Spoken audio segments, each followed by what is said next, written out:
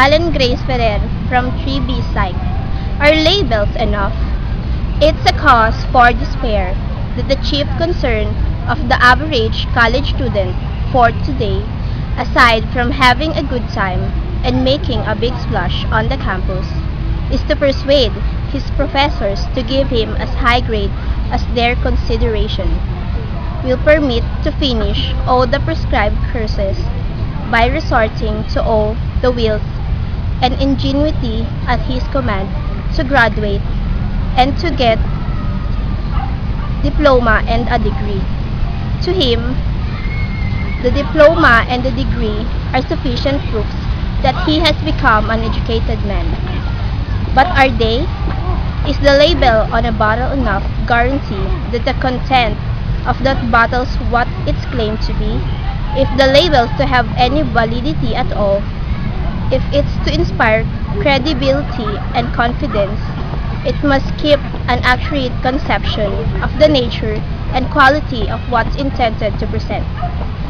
In the same way and for the same reason, a college diploma or degree must serve as a symbol testimony of the academic proficiency and cultural development that its possessor is supposed to have attained. First, has its possessor's stay in college preserved and sharpened his sense of wonder? Has it broadened his intellectual horizon and made him intensely aware of the phenomenon of nature and work of art around him? Has it awakened his curiosity about the causal relations between his own life and his natural, social, and historical environment?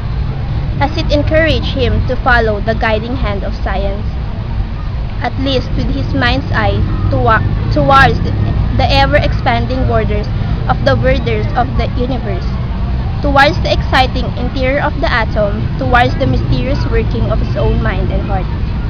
Second, has his stay in college developed him in a sense of order, a passion of neatness and accuracy in whatever he does, an ability to organize his thought, to bank his emotions, to apportion his time, and to view every problem from as many angles as possible, to find out and to make note of what has already been said or written about it, to organize his own ideas about it, and to express these ideas with clarity, with accuracy, with force, and with grace.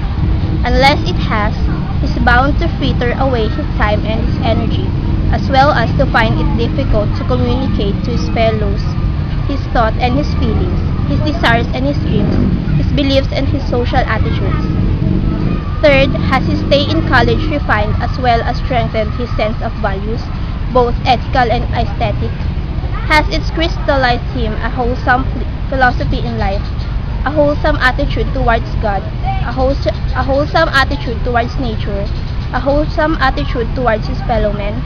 Has it made him realize that the creation and appreciation of beauty is a form of prayer, an attempt to establish harmony between the something within him and the universal something outside and around and about him? If his stay in college hasn't done this, it will be impossible for him to fulfill within him intelligence, love, creative power. Disregarding this responsibility of his, he's likely to use his gifts simply to promote his own selfish aims at the expense of his fellows. Ignorant of aesthetic values, neither will be he able to savor to the fullest his cultural heritage. The achievements of the race in science and technology, in painting and in sculpture, in music and literature, in drama and in dance, in architecture and city planning, and in all the other forms of art which have human lives so pleasant and so comfortable.